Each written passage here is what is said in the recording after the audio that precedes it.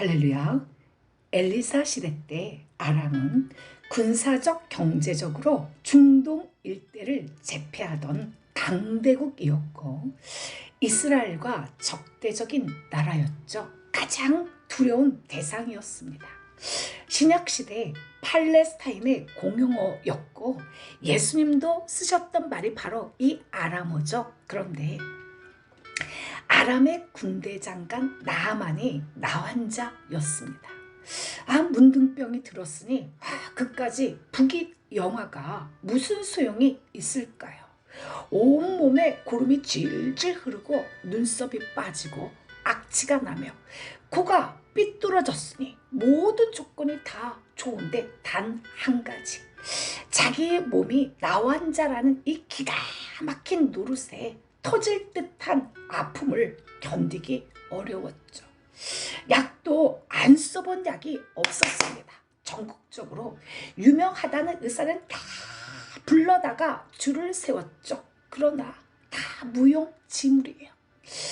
그런데 그의 집 몸종 중에 이스라엘 소녀가 하나 있었는데 그녀가 자기가 이방포로요 몸종인 주제에 감히 주인을 보고 그렇게 마음이 안타까웠습니다. 단순히 불쌍했던 것이 아니죠. 이 소녀에게는 하나님의 역사를 알았기에 나환자라도 고침을 받을 수 있다고 믿었고 이 믿음이 그녀를 안타깝게 만든 것이죠. 그 소녀는 말합니다. 우리 주인이 사마리아에 계신 선지자 앞에 계셨으면 좋겠나이다. 저가 그 문둥병을 고치리이다. 이 한마디가 기적의 시작이었죠. 다같이 열왕기하 5장 1절로 4절 말씀, 2절로 4절 말씀 다같이 읽습니다. 전에 아람 사람이 떼를 지어 나가서 이스라엘 땅에서 어린 소녀를 하나 잡음에 그가 나아만의 아내에게 수종들더니 그의 여주인에게 이르되 우리 주인이 사마리아에 계신 선지자 앞에 계셨으면 좋겠나이다. 그가 그 나병을 고치리이다 하는지라. 나아만이 들어가서 그의 주인께 아뢰어 이르되 이스라엘 땅에서 온 소녀의 말이 이러이러하더이다 하니 나아만은 즉시 왕에게 가서 이 말을 하였고 그만큼 신락 같은 그 지푸라기라도 나아만은 잡고 싶었죠. 아람 왕은 이스라엘 왕에게 편지를 써서 보내주었습니다. 내가 내 신하 나아만을 당신에게 보내니 이 글이 당신에게 이르거든 당신은 그 문둥병을 고쳐주소서. 이 일은 국가 외교 문제를 해결하는 일이죠. 만일 나아만이 하나님의 은혜로 고침을 받는다면 이스라엘과 아람의 적대 관계는 그것으로 해소되는 것입니다. 또 이 일은 하나님의 선교에 있어서도 대단한 일이 아닐 수 없죠. 우상 숭배를 하는 그 아람에게 하나님의 살아계심을 이보다 더 강하게 강력하게 증거할 수 있을까요? 이처럼 이 엄청난 일이 가련해 보이는 이 소녀의 믿음에서부터 시작된 것입니다. 다같이 열왕기하 5장 5절 6절 같이 읽습니다. 아람 왕이 이르되 갈지어다. 이제 내가 이스라엘 왕에게 글을 보내리라 하더라. 나아만이 곧 떠날새 은 10달란트와 금 6,000개와 의복 10벌을 가지고 가서 이스라엘 왕에게 그 글을 전하니 일렀으되 내가 내 신하 나아만을 당신에게 보내니 이 글이 당신에게 이르거든 당신은 그의 나병을 고쳐주소서 하였더라. 그런데 문제가 생겼습니다. 이스라엘 왕이 아람 왕이 보낸 그 편지를 읽더니 내가 어찌 하나님이 되어 사람을 죽이기도 하고 살리기도 할 수 있느냐, 내가 뭔 능력이 있어서 그 문둥병을 고칠 수 있겠느냐 하면서 자기 옷을 찢으며 탄식하는 것이었죠. 왕이 자기 옷을 찢는다는 것은 온 국민에게 큰 경고나 각성을 촉구하는 갈래죠. 비상 선포가 되는 것입니다. 나라의 운명에 중대한 위기가 닥쳐왔음을 알리는 일이 되기도 했죠. 열왕기하 5장 7절 같이 읽습니다. 이스라엘 왕이 그 글을 읽고 자기 옷을 찢으며 이르되 내가 사람을 죽이고 살리는 하나님이냐? 그가 어찌하여 사람을 내게로 보내 그의 나병을 고치라 하느냐? 너희는 깊이 생각하고 저 왕이 틈을 타서 나와 더불어 시비하려 함인 줄 알라 하니라. 엘리사는 그 소식을 듣고 답답하여 왕이여 어찌 옷을 찢었나이까 그 자를 내게 보내소서라고 했죠. 믿음이 다르면 이렇게 사람이 달라지죠.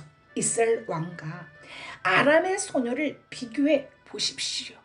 이 소녀는 아람의 포로요 몸종이요 작은 아이입니다. 작은 소녀죠. 그러나 그녀는 자기 주인 나아만이 문둥병자인 줄 알고 절호의 기회라고 여겨 자기 주인을 이스라엘로 찾아가게 만들었죠. 이것은 보통 확신이 아니면 할 수가 없는 일입니다. 이 시간에 기적의 하나님 한 곡 올려드립니다.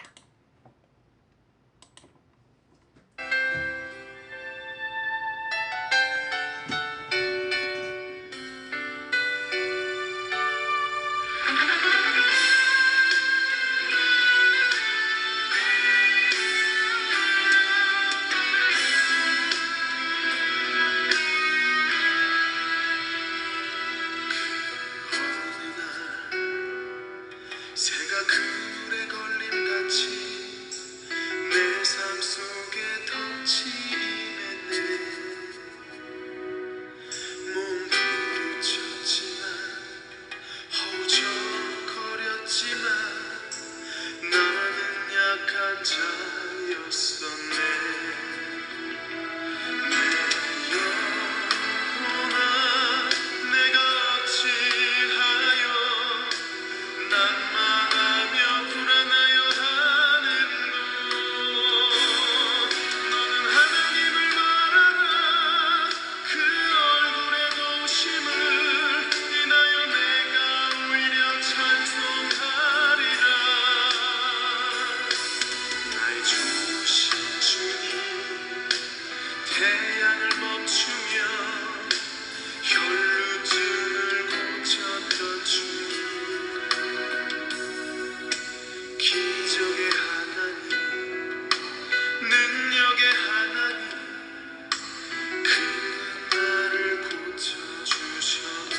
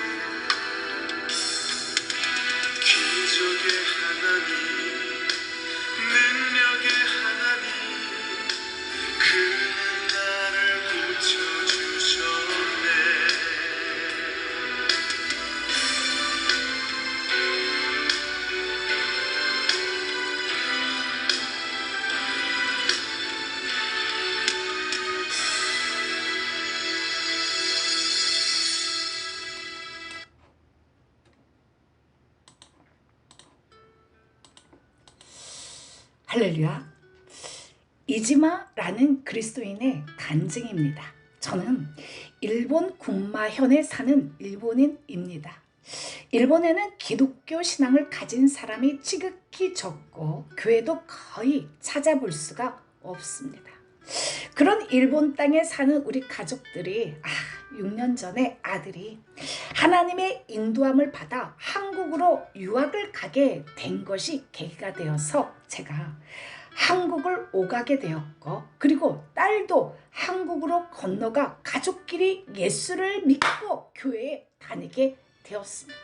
그동안 축복의 간증은 헤아릴 수 없을 정도로 많지만, 오늘은 저희 어머니가 한국까지 가서 예배를 드리고 왔던 그 기적적인 일에 대하여 간증을 하고자 합니다. 저희 어머니는 86살인데 40년부터 아주 심한 류마티스를 앓아 통증과 싸우면서 살아가는 고통의 연속이었습니다. 가족들의 대화 가운데 예수님과 복음을 접하고는 어느덧 어머니도 유튜브 예배를 함께 드리게 되었죠. 늦게 예수님을 믿게 되었지만 어머니 하루는 새벽에 일어나 4시간의 기도로 하루가 시작됩니다. 그리고 온종일 말씀 동영상 유튜브를 보면서 지내죠. 한국어도 전혀 알아듣지 못하지만 함께 찬양하고 목사님의 말씀에 웃기도 합니다. 옆에서 보니 그저 신기할 따름이죠. 병원에 입원 중에도 계속해서 같은 나날을 보냈기 때문에 병원에서도 모르는 사람이 없을 정도로 유명해졌습니다. 그리고 하루의 마지막 시간에는 3시간 기도를 하고 어머니의 하루가 끝납니다. 지난 6년 동안에는 아버지가 돌아가셨고 할머니까지 돌아가시게 되었습니다. 어머니 본인도 수술과 오랜 입원 생활로 정신적으로나 육체적으로 힘들 때 항상 어머니를 구한 것은 예수님의 치유였죠. 기도 속에 마음이 누그러지고 평안이 찾아왔다고 했습니다. 그리고 믿음이 생겨나니 죽기 전에 단 한 번만이라도 내가 한국에 가서 예배를 드리고 싶다는 소원이 생겼죠. 하지만 의학적으로는 말도 안 되는 아주 허황된 꿈 같은 이야기였습니다. 어머니는 장시간 외출을 하는 것은 불가능한 몸 상태였고, 앉는 것도 힘들고 같은 자세로 있는 것도 어려웠죠. 매주 3곳의 병원에 정기 통원하는 것조차 힘든 상황이었기 때문입니다.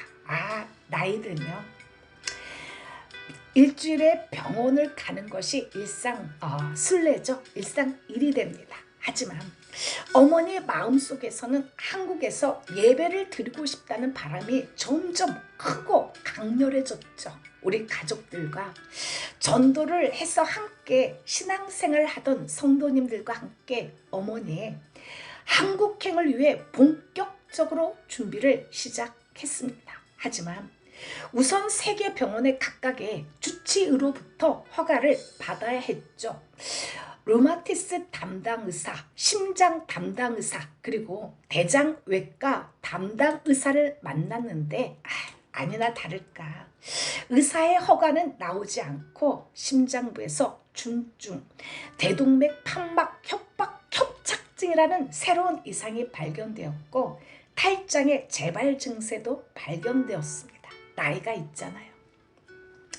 류마티스 주치의에게서는 장시간 같은 자세에서 오는 신체에 대한 부담으로 뼈가 산산조각 나거나 비행기 착륙 시 충격으로 인해 목에서 아래 하체 부전이 예고되었습니다. 하지만 어머니는 불가능한 것을 가능하게 하시는 분이 하나님입니다 라고 말씀하셨죠. 그리고 하나님께서 다 무사히 안전하게 운반해 주시니 걱정 없다고 하시면서 비행기가 나를 운반하는 것이 아니라 하나님께서 나를 안전하게 운반해 주신다고 말씀하시면서 저는 아무 걱정도 없으니 안심하고 한국에 간다라고 의사 선생님께 담대하게 선포하셨죠. 사람들은 우리 가족들의 이해할 수 없는 행동에 이상한 눈빛으로 바라보았지만 가다가 죽더라도 가야겠다는 어머니의 결단을 그 누구도 막을 수 없었습니다.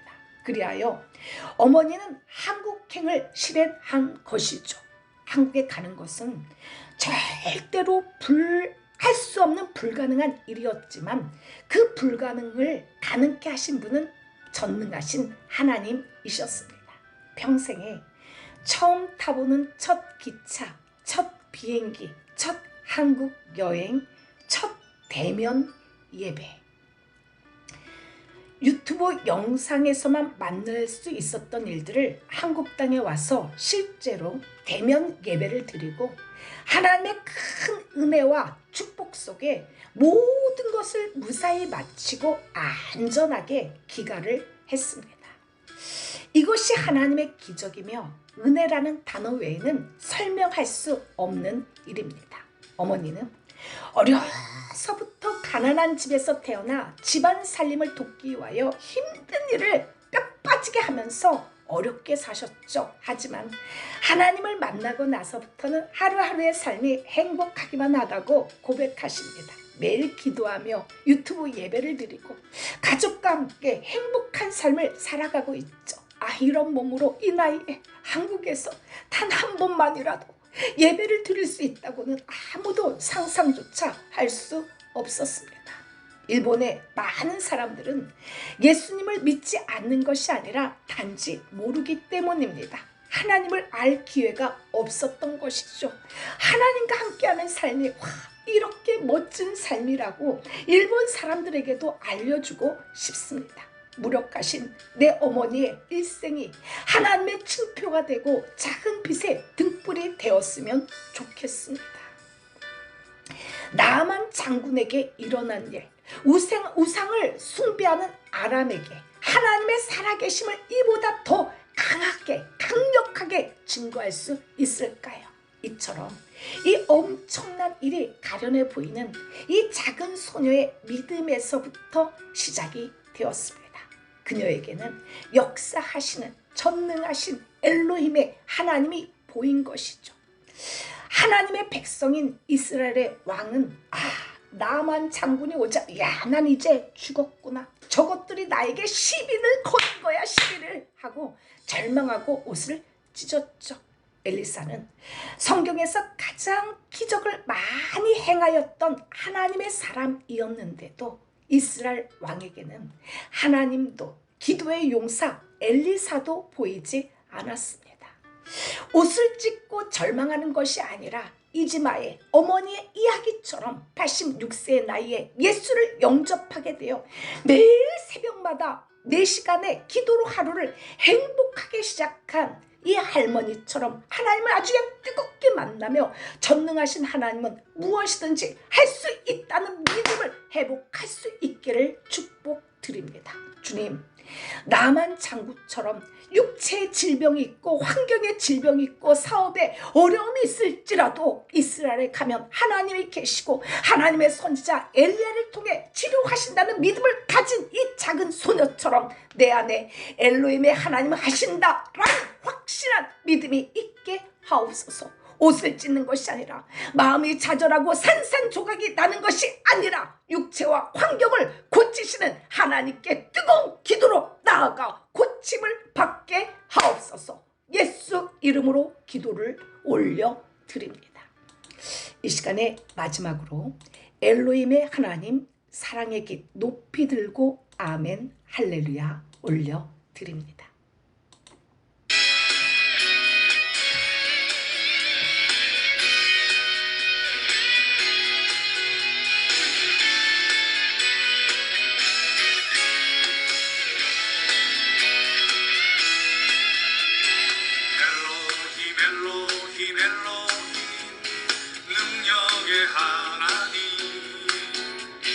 엘로힘 엘로힘 엘로힘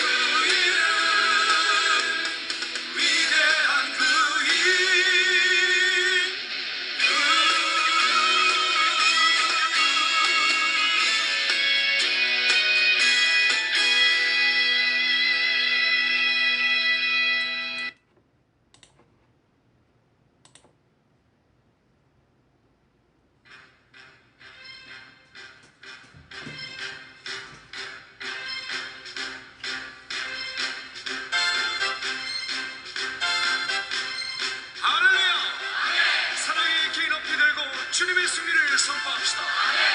여호와는 나의 위치요 나의 구원이시요 내 생명의 능력이 되시니 내가 누구를 두려워하리요 내가 누구를 무서워하리요.